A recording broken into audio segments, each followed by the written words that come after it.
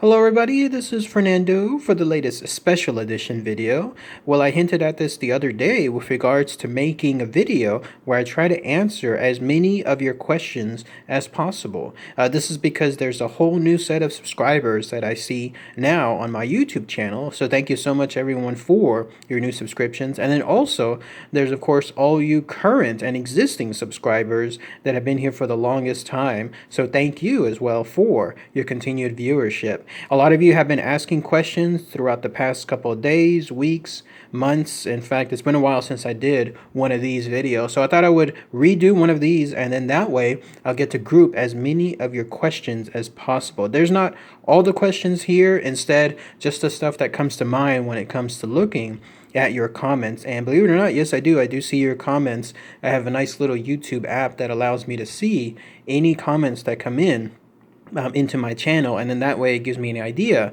of how I'm doing. So thank you so much again for your feedback on that too. So without further ado, let's go ahead and let's start those questions here, and then I'll try to present my ideas, my answers behind it, and then some pics here that you'll see as well related to each question. So in no particular order, let's go ahead and start. Big one that I see a lot is my favorite cryptid to research. The ones, if you're looking for a more generic answer, it's the ones that are the smallest, least known, most obscure type cryptids. That's the main basis of my entire channel. Everything, all those other big ones that everyone knows about, they're all right, but my interest is more on the lines of the ones that people don't know about, because there's always those little gems, those little diamonds in the rough that can be found that contain some of the best detail ever. And as always, popular theme of mine is, if there's a cryptid with a very specific spot, like let's say in the middle of Texas, in the middle of a town, in the portion of a certain street, that kind of stuff, where there's a very particular spot you can go to, that's the kind of history that I love, because I just imagine in my head being able to visit those places and realize, wow, this is history right here at this very spot. This XYZ cryptid was there. So if you're looking for a more concrete answer, like in terms of favorite one that I've done of all, probably if I wanted to say, it's the Genius Loci, only because this is a cryptid that just continues to fascinate me to this very day. Imagine having something out there, can't see it, can't hear it, can't feel it, can't smell it, nothing, but it's there right in front of you. It's looking at you, it's inspecting you, and it's trying to influence you as much as possible. The minute you step into its realm, then that's when you come across this cryptid. That fascinates me, and you'll see that theme throughout so many other a good handful of cryptids that I've done as well, where it's hidden cryptids, the stuff that you can't see but you know it's there. You'll find that theme throughout there as well. So good question on that one. Another one is, have I ever encountered anything out of the normal or weird? Probably on a personal level. Nothing on the cryptid side, unfortunately. Believe me, that would be something like if suddenly I saw a chupacabra coming out on the side of the street or something like that. That would be fantastic. But on the ghostly side, yes, like I have seen, well, I felt more on the lines of an encounter with a ghost. The one that comes to mind is Old Springstown or Old Town Springs. I can't remember the order of the name, but it's near Houston, Texas, and there was a very particular spot that we went to, like an old ice house, and that's where I had a very strong buzzing feeling for the first time ever when it came to being right next to a ghost. Like when the ghost investigator told me that the ghost is right next to me, and I jumped right into that very spot and I felt that very strong buzzing. That's probably the closest I've ever had to anything out of the normal or weird happen to me. But nothing on the cryptid side, nothing on the UFO side. That might change soon. I'm trying to plan on a big UFO hunt maybe later this summer, so who knows, we might have some more encounters with regards to that. Another big question that I get is, why don't I talk about more popular subjects? Sometimes it's phrased a little bit more explicit depending on the commenter. The main reason is it's because everyone talks about it. I mean, if it's more popular, it's least interesting to me. So many channels have talked about it, like variations of the Bigfoot or the Loch Ness Monster, stuff like that. Everyone has talked about it. Everyone has researched it. There's so many videos, really good stuff that's out there. Why should I add more to it. Like everyone else already has talked about it. Again, I'll just focus on the more least, like let's say least popular stuff, the more obscure stuff. It probably hurts my channel because a lot of you have asked, why don't I get more subscribers? Why don't I have more views? Well, it's probably tied to that. It's because I'm not talking about the more popular subjects, but it keeps me interested when I'm focusing on stuff that people don't know about. And it's always, you'll hear it through my videos too every now and then, where I'll say this is a really good suggestion, or all this rich info that comes from it. All that stuff, it keeps me motivated to do these videos, and that's why I love being able to focus on the least popular stuff. So another big question, the fun one that I always see, why don't I show my face all the time, especially when it comes to my videos and in my live streams as well.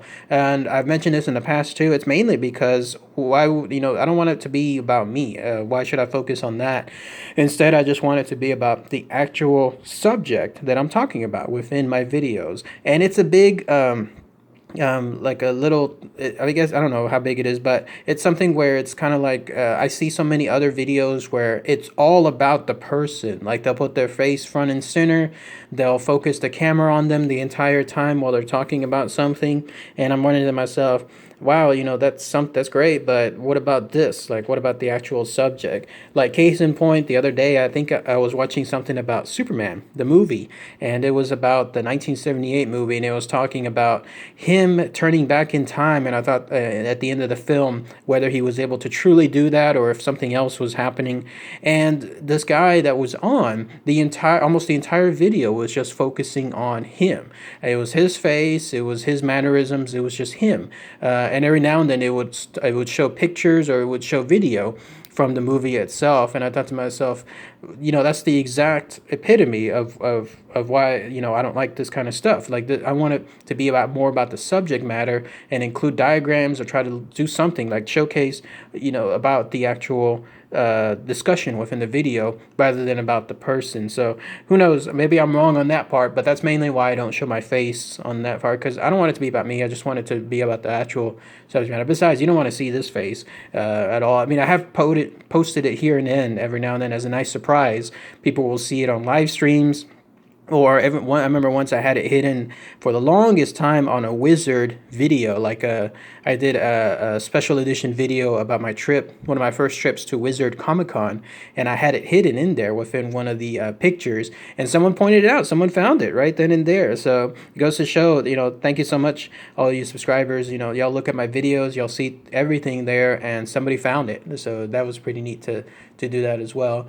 Another question I get, why are you scared to talk about certain subjects a lot? It's because certain subjects, I don't try to cross into certain realms or certain, I don't know, bad things when it comes to that stuff. Like some of you have asked me to talk about the skinwalkers, or some of you asked me to talk about certain things involving the occult, or what's another one that comes to mind? There was one involving like a shadow me man type. I can't remember his name, but it was something where you do almost like a rhyme of sorts.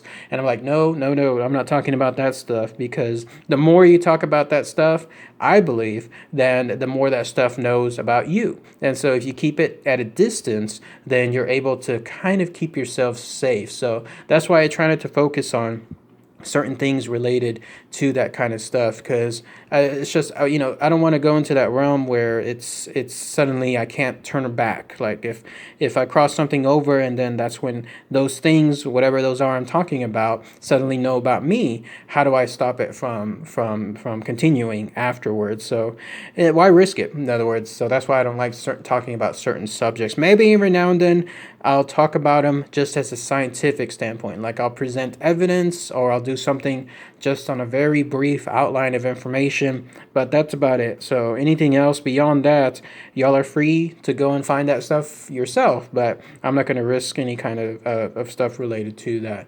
Another question I get, how do I make the videos? That's another one that I've seen. It's pretty easy. I actually use Windows Movie Maker, an older version too, because my computer, the one that I've made this video on, is a little over 10 years old. I've just continued to upgrade it throughout the years to try to keep it as modern as possible. And so it came with Windows Movie Maker, and that's essentially it. I utilize a very simple recording device. I used to do it directly into the computer, but now I do it here through my phone, and then I simply just use images. I create slideshows on the Windows Movie Maker, and then whenever it converts to something that can upload straight in to YouTube. So that's why a common critique I hear is it sounds like I'm just doing this all on the fly, kind of like an improvisation of sorts. And yeah, that's right. Every now and then, like when I'm making my videos, on a rare basis do I type something out.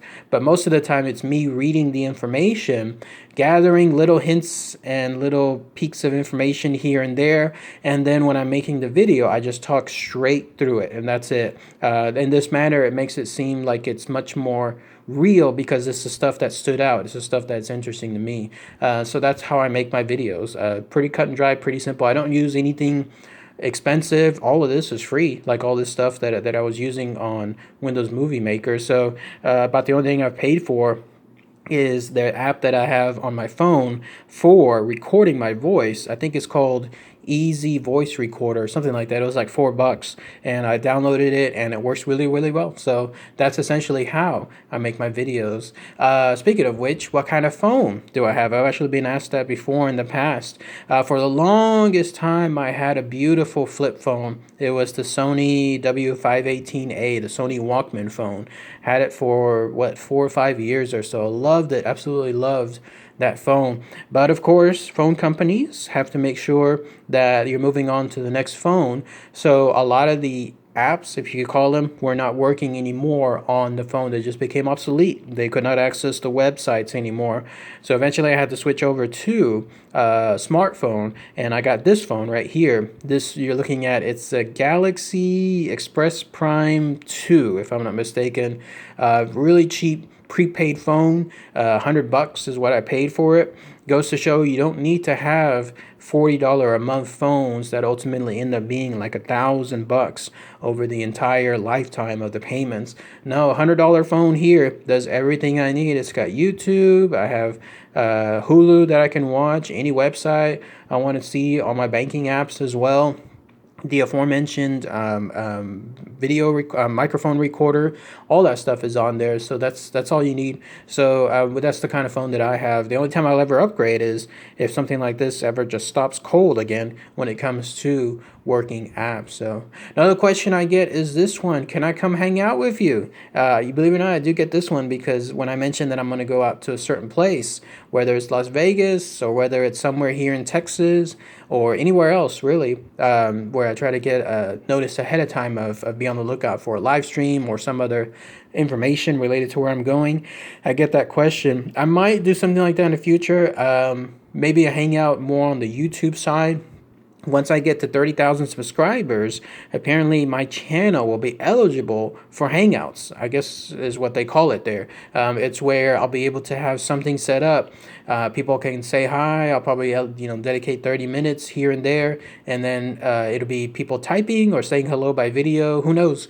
But I might do something like that soon. But as far as actual locations, not yet. Anything along those lines, I just try to visit on my own, and then that way I can gather as much best info as I can, especially if I'm doing a live stream, and that way I can do it uninterrupted. So every now and then I do hang out with, like as you've seen some people on my live streams, like I'll do interviews or I'll do actual investigations with people. That's about the closest that I have right now, at least, but who knows, I might change my mind later on in the future. Another one that I've been asked before in the past: why am I doing a Patreon channel? It's because mainly the Adpocalypse, the one that started when was it? About a year and a half ago, maybe 2 years now, when it came to YouTube and the very strict guidelines that suddenly placed on their revenues for YouTube channels. A lot of the big subscribers, ironically, weren't impacted, even though they were the ones that caused this in the first place.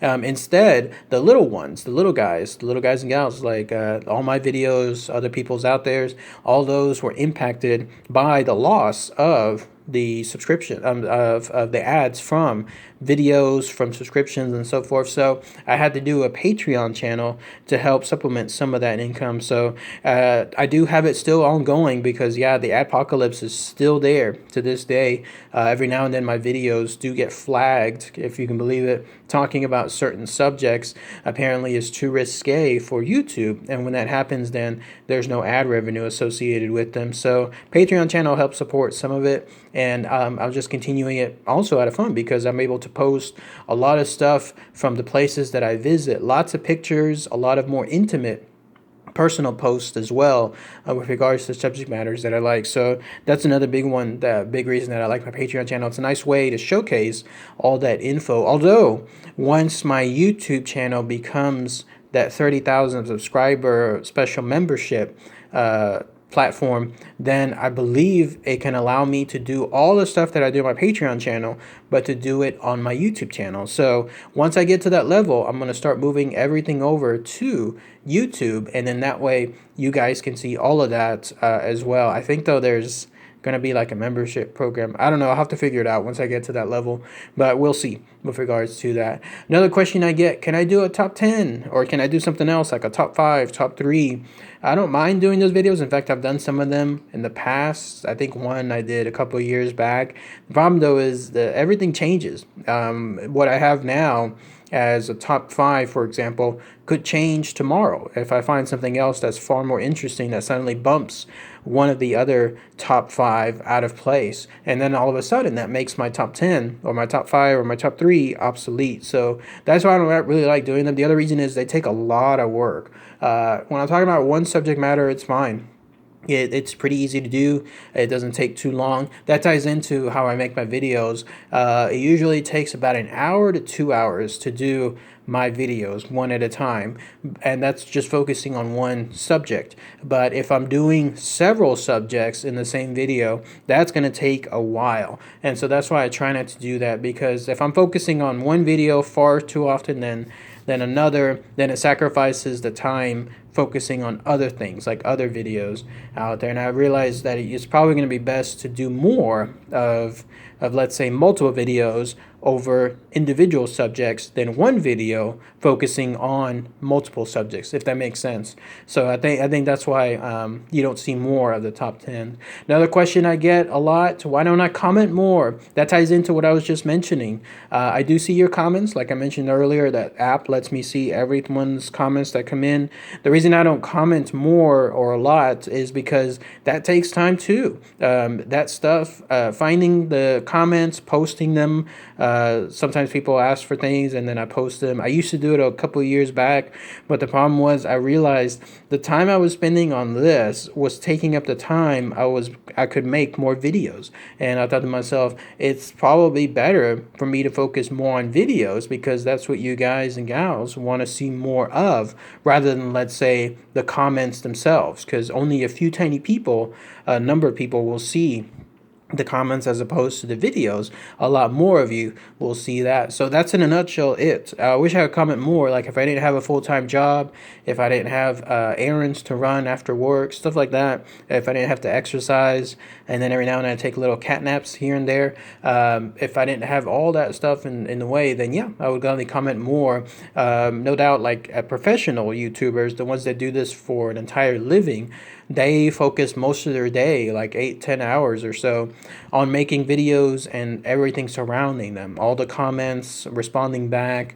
doing all these things that just help create their YouTube channel very active, help create a very active YouTube channel. So they have the time for it. I just don't on mine. I'd much rather focus, if I had to split my time into the most important thing, that's making the videos for you guys and gals. So another question I get a lot, why so many ghost hunting live streams? You've seen them all the time. When it comes to my live streams, I go visit lots of places that have haunted areas, ghosts, spirits within them, and the main reason is it's easy. It's easy, and for the general part, it's free to do so. It's far easier than, let's say, trying to go alien UFO hunting, or even worse, trying to go cryptid hunting. And that's because there's so few places that have easy spots to visit that you can get to, that you're not trespassing, that have documented history with regards to ghosts, with regards to spirits, that kind of stuff. If you're trying to go UFO hunting, you can find some spots here and there, but you'll quickly run out. And then if you do a live stream of trying to find, like, say, a UFO, you're going to pretty much be filming blank air. Like, you're going to be filming the far background of things, or maybe the sky, and that's about it, because the chances of you catching a UFO right then and there is going to be pretty hard to do so, especially on a live stream. Same goes for cryptids or monsters, because if you try to find, let's say, the chupacabra, then you're going to run into a situation where you'll be filming like shrubs of grass, or you'll be filming trees or something like that, because you're not going to catch the chupacabra. They're inherently hard to catch in the first place, so why bother trying to find it on a live stream?